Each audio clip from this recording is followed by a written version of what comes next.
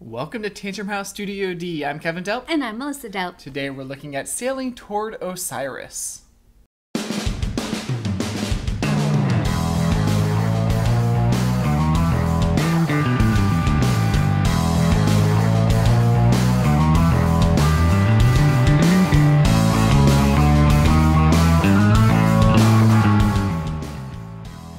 Sailing Toward Osiris is a 2 to 5 player worker placement resource management game that plays in about 60 minutes. This was designed by David McKenzie and published by Daily Magic Games. You're playing as governors who are building monuments as tribute to the late pharaoh.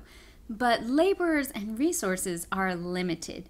At the end of 4 rounds, the player who has the most glory points wins the game and is crowned the new pharaoh. Let's look at the components. There's a game board, city cards and Boon cards, tokens and resources, laborer meeples, a draw bag, player screens, monuments, and tokens for each player. The game comes with a plastic insert for storing the components. Players start with Boon cards, a random city card, and a lot of pieces that go behind their player screens, including 2 of each resource and their monuments. At the beginning of the game, the pharaoh's death barge starts in the first section of the river. At the end of each round, it will advance 1 section.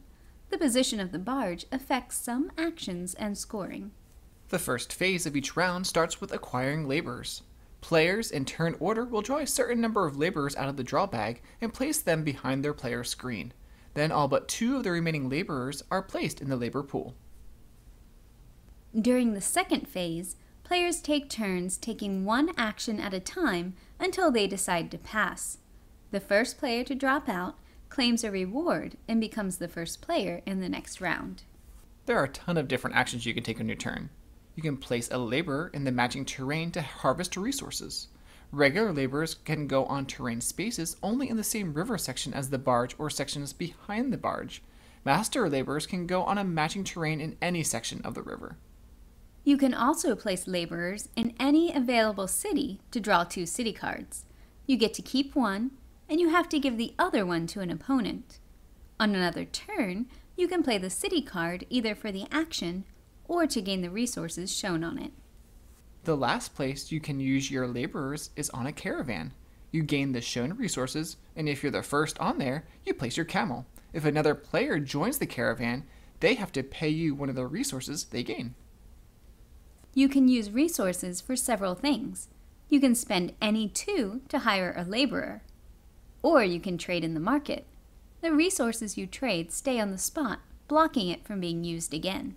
But you really want to use your resources to plan monuments. You'll take 1 turn to pay the resources and place the matching monument in the planning area. And on a later turn, you can build the monument.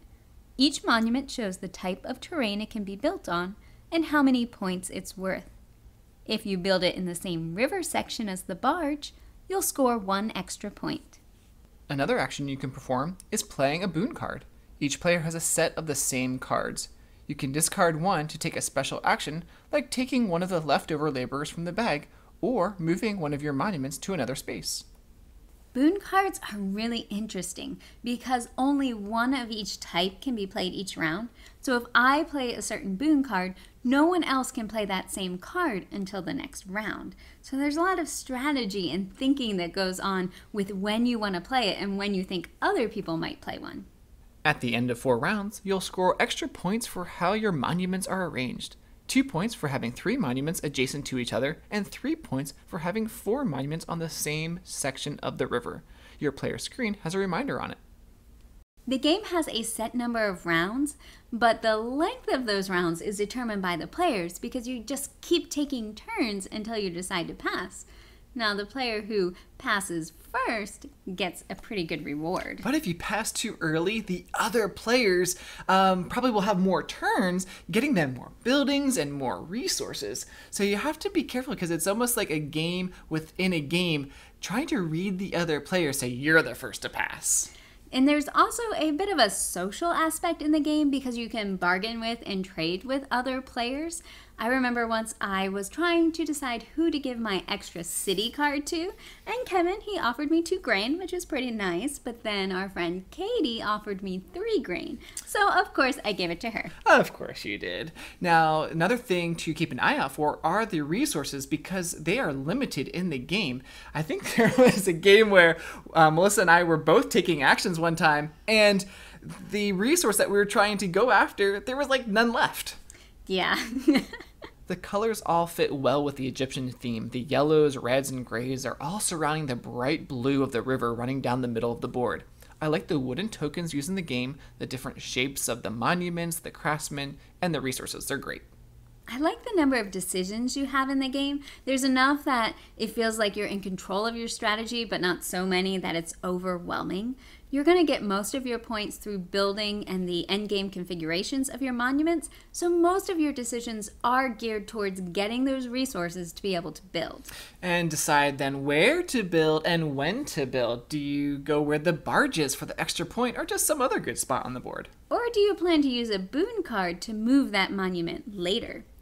Now, if you're interested in more scoring opportunities, then I would suggest taking a look at the Governors and Envoys expansion pack.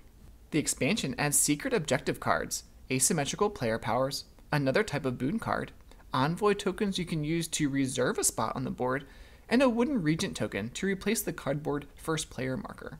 We thought the game scaled well. With 2 and 3 players, you block off some of those terrain spaces, there's fewer resources in the supply, and each person starts with more laborers. The trading and the bargaining aspect is a little weaker though, and there's less risk in someone blocking you with those Boon cards.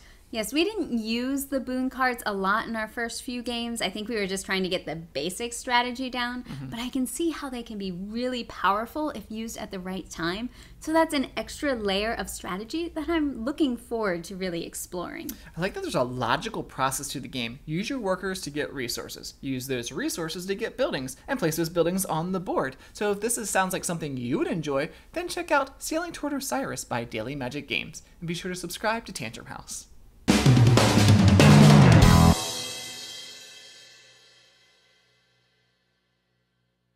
I'd suggest you tick. No, this is the first one. It wasn't me. I have to have something for you to look at That's at right. the end. Go subscribe over here. Gotta get those text spots. Probably won't play the same one. I'm just rolling. Yep. Rolling.